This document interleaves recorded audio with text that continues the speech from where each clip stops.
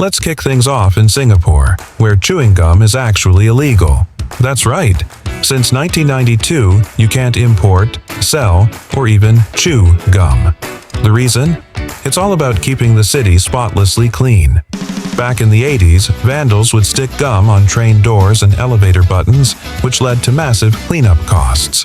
So, the government decided to ban it completely. There is one little exception, though. Therapeutic dental gum is allowed, but only if you have a doctor's note. So, the next time you're packing for a trip to Singapore, maybe just leave that pack of bubble gum at home. Now, over to Switzerland, where you might want to think twice before flushing your toilet late at night.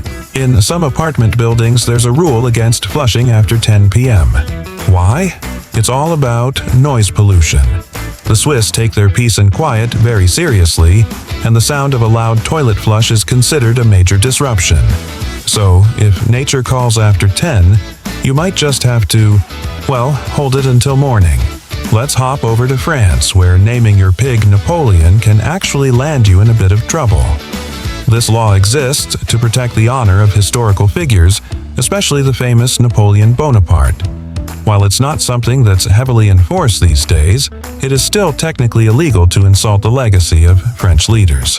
So if you ever find yourself with a pet pig in France, maybe just go with something like Bacon Jr. instead.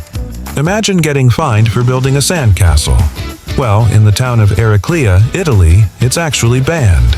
Local authorities claim that sandcastles can block pathways and disturb other beachgoers. So, while the law might sound a little bit silly, it's really meant to keep the beaches safe and accessible for everyone.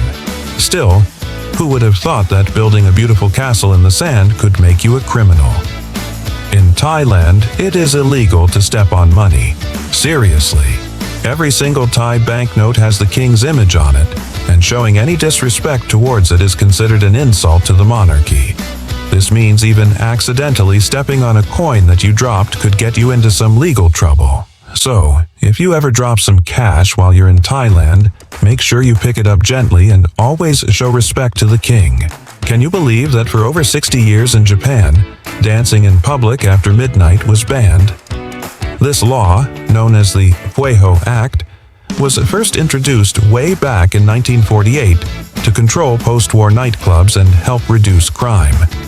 Even decades later, the rule was still in place, meaning that clubs had to shut off the music right when the clock struck 12. Thankfully, the law was relaxed in 2015. But just imagine being fined for doing the moonwalk at 12:01 a.m. Denmark takes baby names seriously. Really, really seriously. Parents there can only choose from a government-approved list of around 7,000 names. If you want to give your child a unique name that's not on the list, you have to get official approval first. Names that are considered too strange or are difficult to pronounce can be rejected. So if you're ever planning to name your baby Banana or IKEA, Denmark would just say, nope. This next one sounds completely unbelievable, but it's true. In China, Buddhist monks are required to get government approval before they can be reincarnated. The law, which was passed back in 2007, was primarily aimed at controlling religious practices, particularly in Tibet. So technically, if you pass away and want to come back for another go, you're going to need paperwork. Got a big bag full of coins? You'll want to be careful in Canada. It's actually illegal to pay for purchases using too many coins at once.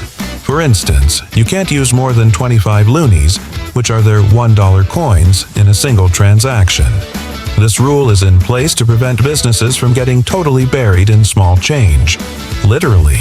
And finally, in Western Australia, there's a law that limits how many potatoes you can own. Under the Marketing of Potatoes Act, you're not allowed to possess more than 50 kilograms of spuds unless you're a member of the Potato Corporation. This was originally put in place to regulate the farming industry, but it's still technically active today. So yes, in Australia, owning too many potatoes can actually make you a criminal. So, which of these strange laws shocked you the most? Let us know down in the comments below. And don't forget to like this video, subscribe to the channel, and ring that notification bell for more unbelievable facts from all around the world. Thanks for watching.